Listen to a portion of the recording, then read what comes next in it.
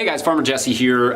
Today, I wanted to take you from farm to table on arugula. This is a crop we gave this week in our CSA. It's a crop we really love, and I want to show you how we grow it, and then, what to do with it when you get it home, and some ideas for, how to prepare it. So, let's do it.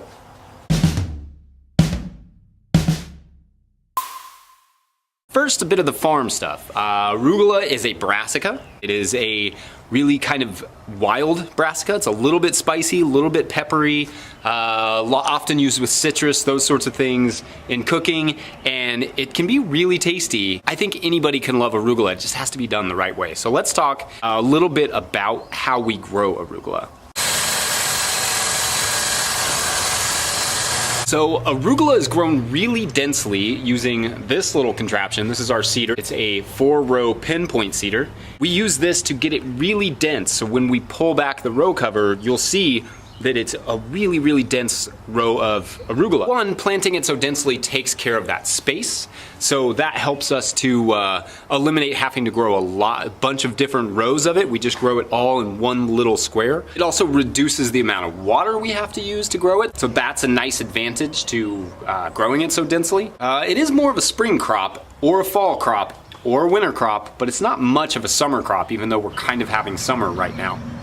However, we've been able to keep it, misting it regularly to keep it cool helps. So we mist it often with our overhead irrigation. And the other big thing about arugula is that it gets flea beetles. Flea beetles love arugula. This is a very, very tiny pest, and they will just rip holes through your arugula. So you have to keep it covered. So it gets a little bit extra heat from being covered too.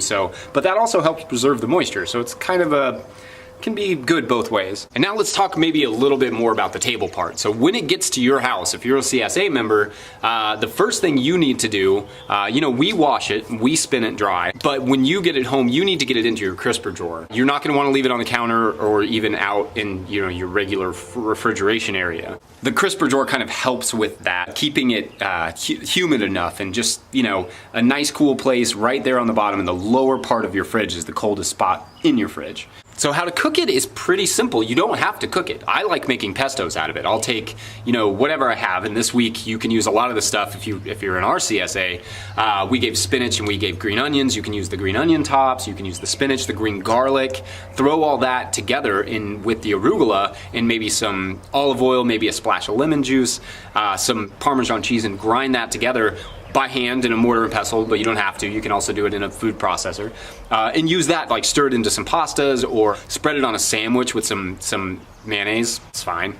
Mayonnaise is delicious. It's really well known for just being kind of sprinkled on pizza or used with prosciutto. I didn't have any prosciutto or any sort of country ham or that sort of thing, but you could do a country ham salad with the arugula. You can just do a regular salad. I do this salad that's essentially a little bit of lemon juice, a little bit of yogurt, throw in some sort of dried fruit. I have raisins. You can also just use fresh fruit, any sort of citrus works really well. And then you're gonna use, the yogurt is basically your vinaigrette. So you may add a splash of olive oil, but you're gonna use yogurt and maybe a little citrus, and then stir all that together with maybe some toasted nuts and a little bit of Parmesan or some sort of cheese that you like right over top. And that is a delicious, easy way to use that salad.